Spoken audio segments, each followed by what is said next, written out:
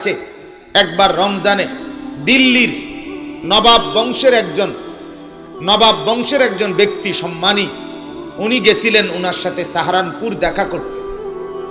সকালবেলা ট্রেন থেকে নামছে, আসরের নামাজ পর্যন্ত চেষ্টা করছে ওই নবাব পরিবারের সম্মানী সম্ভ্রান্ত ব্যক্তি, পরিচিত শেখুল হাদিস হযরত মাওলানা জাকারিয়া রাহমাতুল্লাহর কাছে দেখা করতে।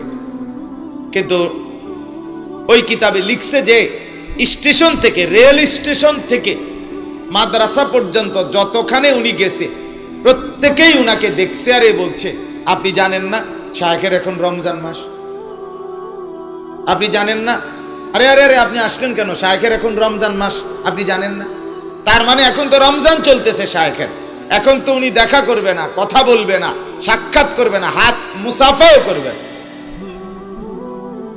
আসরের নামাজ পর্যন্ত চেষ্টা করে আসরের পরে উনি দরজা ঠক ঠক করে উনার নাড়াইয়া বলছে, নাম যে আমি দিল্লির নবাব বংশের অমুক, আসছিলাম আপনার সাথে সারাদিন চেষ্টা করে দেখা করতে পারলাম না, আমি ফিরে যাচ্ছি। তবে শুধু একটা কথা, যে রমজান আমরা এদিকেও আইয়ে, কিন্তু এরম রমজান দেখছি না। মানে দুঃখে যে কি রে, এটা কি রমজান? রমজান তো আমরা এদিকেও আছে, কিন্তু এটা কি রমজান? তার মানে এই পরিমাণ মুজাহাদা করতেন। তাইলে আমার বাপ, আমার ভাই, সময় একদমই কম, আমরা প্রত্যেকেই অন্তর থেকে নিয়ত করি রমজান মাসটাকে কদর করি। রমজান এটা বললেই, এই যে রমজান এই শব্দ উচ্চারণ করলেই এই শব্দ থেকেই মধু বের হবে, মজা বের। কেন? কারণ আরবি 12টি মাসের মধ্যে একমাত্র মাস রমজান, যে মাসের মর্যাদা বুঝাবার জন্য আল্লাহ তাআলা বলে, মর্যাদা বলবো শোনো, মর্যাদা বলার আগে 11 মাসের নাম তোমরাই বিভিন্ন সময় উচ্চারণ করো, গোটা আরব বিশ্ব উচ্চারণ করো মানুষের জবান দিয়ে। রমজান এমন একটা মাস, যে মাসের নাম আমি আল্লাহ সরাসরি উচ্চারণ করে আমার কালাম বানিয়ে কোরআনের মধ্যে দিয়ে দিলাম, শাহরু রমাদান। সরাসরি আল্লাহ বলছে, এটা আল্লাহর কালাম। তার মানে রমজান মাস, শাহরু রমাদান, এটা উচ্চারণ করেছেন সরাসরি আল্লাহ। কে উচ্চারণ করেছেন বলেন? তাহলে কি পরিমাণ কদর। শাহরু রমাদান আল্লাযী উনজিলা ফীহিল কুরআন, এই যে শাহরু রমাদান। আর কোন মাসের নাম নাই কোরআন। মুহররম, সফর, রবিউল আউয়াল, রবিউস সানি, জামাদিউল উলা, জামাদিউস সানি, রজব, শাবান, রমাদান, শাওয়াল, জিলকাদা, জিলহজ্জা, এই 12 মাসের মধ্যে 11 মাসের কোনটার নাম নাই, শুধু শাহরু রমাদান, রমজান মাস, এটা আল্লাহ উল্লেখ করেছে, কদর করেছে। রাসূলুল্লাহ সাল্লাল্লাহু আলাইহি সাল্লাম টানা 2 মাস পাওয়ার জন্য এই রমজানকে দোয়া করছে, ওয়াবাল্লিগনা রমাদান। আল্লাহ রজব মাসে বরকত দেন, শাবান মাসে বরকত দেন, রমজান পর্যন্ত পৌঁছিয়ে দেন, রমজান পর্যন্ত পৌঁছিয়েই দেন, রমজান পর্যন্ত পৌঁছিয়ে দেন। প্রতিদিন বলছে 2 মাস, এত আগ্রহ। আচ্ছা আপনি একটু ভাবেন তো, আমিও ভাবি, আপনিও ভাবেন, নবী সাল্লাল্লাহু আলাইহি ওয়াসাল্লাম বাকি 11 মাসে 5 ওয়াক্ত নামাজ জামাতে পড়তেন নি? রাসূলুল্লাহ সাল্লাল্লাহু আলাইহি সাল্লাম বাকি 11 মাসে দান সাদাকা করতেন কিনা?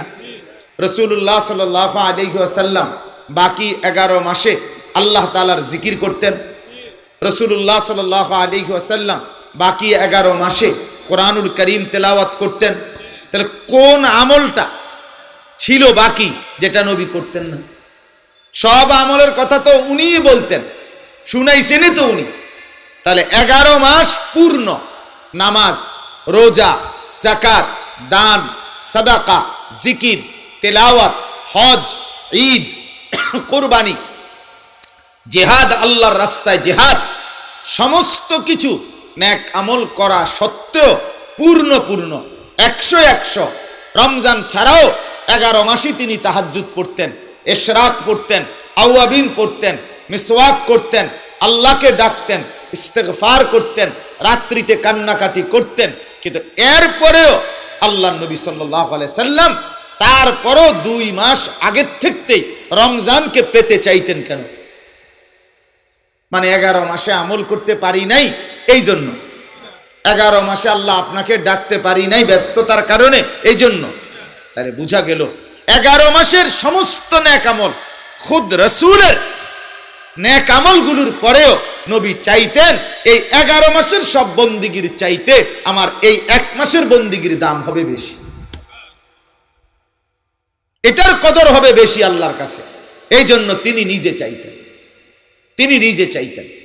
আল্লাহ নবী সাল্লাল্লাহু আলাইহি ওয়াসাল্লাম শাদ্দা মিজারাহু, নবী তার কোমরে লুঙ্গি ভালোভাবে শক্ত করে বেঁধে নিতেন রমজানে।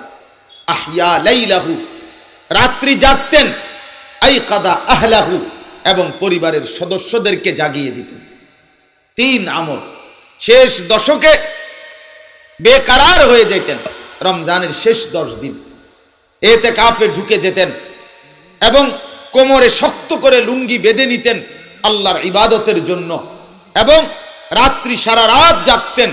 স্ত্রীদেরকেও আল্লাহর ইবাদতের জন্য জাগিয়ে দিতেন, ছেলে মেয়েদেরকেও জাগিয়ে দিতেন। এই ছিল রাসূলুল্লাহ সাল্লাল্লাহু আলাইহি সাল্লামের আমল।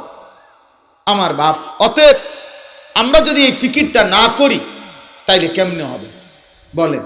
এই আপনারা যারা এখানে বসছেন, জওয়ান বুড়ো, প্রত্যেকের দিলের মধ্যে এ কথা বাস্তব, আপনার দিলে আখিরাত আছে। আপনি বিশ্বাস করেন আখিরাত হবে, কিয়ামত হবে, হাসরের মাঠ কায়েম হবে, আল্লাহ তাআলার বিচারের মুখোমুখি হতে হবে, ফুল সিরাত পার হইতে হবে, মিজানের পাল্লায় আমাদের আমল ওজন হবে, আল্লাহর সামনে আমাদেরকে যেতে হবে। এ কথা আপনারা বিশ্বাস করেন না? কথা বলেন না, করেন কি না? বিশ্বাস করেন বলেই আপনি এখানে আসছেন। আপনি নাস্তিক না, আপনি মুরতাদ না, আপনি জাহেল না, আপনি নাফরমান না, আপনি পাপী না, আপনি আল্লাহর বান্দা, প্রিয় মানুষ। তাইলে আপনি যেহেতু এটা বুঝেন, আপনারা যেহেতু আসছেন, যুবক ভাই তোমরা যেহেতু আসছো, তাহলে আল্লাহর ওয়াস্তে যেহেতু বুঝে নিছ, যেহেতু মানছ, যেহেতু ভাবতেছ, তাইলে অবশ্যই আল্লাহর ইবাদতের জন্য আগায় আসো।